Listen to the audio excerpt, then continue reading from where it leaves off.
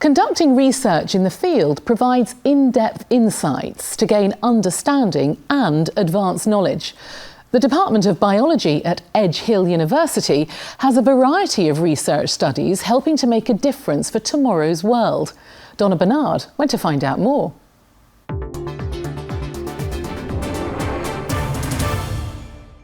Edge Hill University's Department of Biology does its fair share of traditional study in the laboratory. The areas of research are quite wide. They include malarial resistance, they include finding new antimicrobial compounds.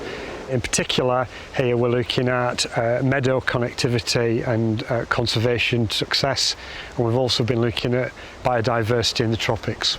Biodiversity research enables lecturers to escape their usual confines and get out into the field.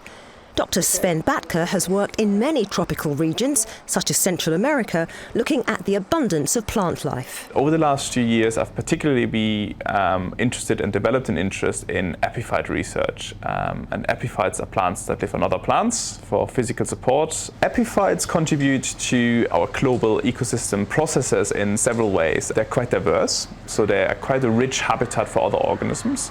The total leaf area of epiphytes growing on trees can exceed that of the tree itself, contributing not only to the carbon cycling in the forest, but also absorbing water into the tree canopy. They actually store and recycle a lot of that water very effectively. So without epiphytes, a lot of the forest processes as we know them wouldn't function the same way. The science of plants includes the careful recording of their appearance for future recognition and study. I've always thought of art and biology as two separate subjects growing up. When I came into uni, I would never have thought to put the two together. Illustration is really a fundamental part of taxonomy and taxonomic identification. So to be able to get from words to envisioning what it is that you're trying to identify or what you've newly discovered, illustration and art really helps to depict correctly what it is that you're trying to describe. Much of the research being done here is linked to climate change, so it could have direct implications for understanding what may happen to plants and animals in the future. Research at the Department of Biology is not only about relatively undiscovered areas of biodiversity, such as tree canopies, but also extends to how those we do know about work together. The hay meadows that are in decline across the UK need to increase in number to improve genetic connectivity. Elizabeth Sullivan works for the National Trust and is conducting research on informing conservation of meadows like the Wigan flashes. One of the things that I've found from my research is that these meadows are not very well connected up in terms of their genetic connectivity. You can see there are lots of different plant species, and these need to be pollinated by different types of insects.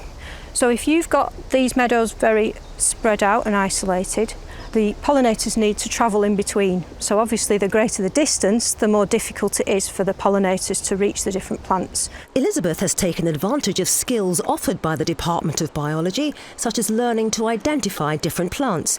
It's just one of the ways in which Edge Hill University manages its mutually beneficial relationships with external organisations. They help by providing sites and site expertise, so often the history of a site is very critical to understanding its biodiversity, and they would provide help and advice on that. The work done by Edge Hill University and scientists in general informs how we prioritise our funding and advice to the environment. It gives us the evidence we need to be able to know where problems are and also to give us the right path to solutions to them as well.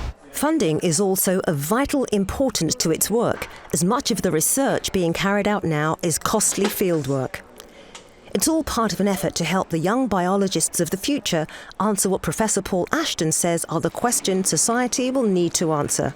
How do you feed people? How do you conserve the planet against a growing population?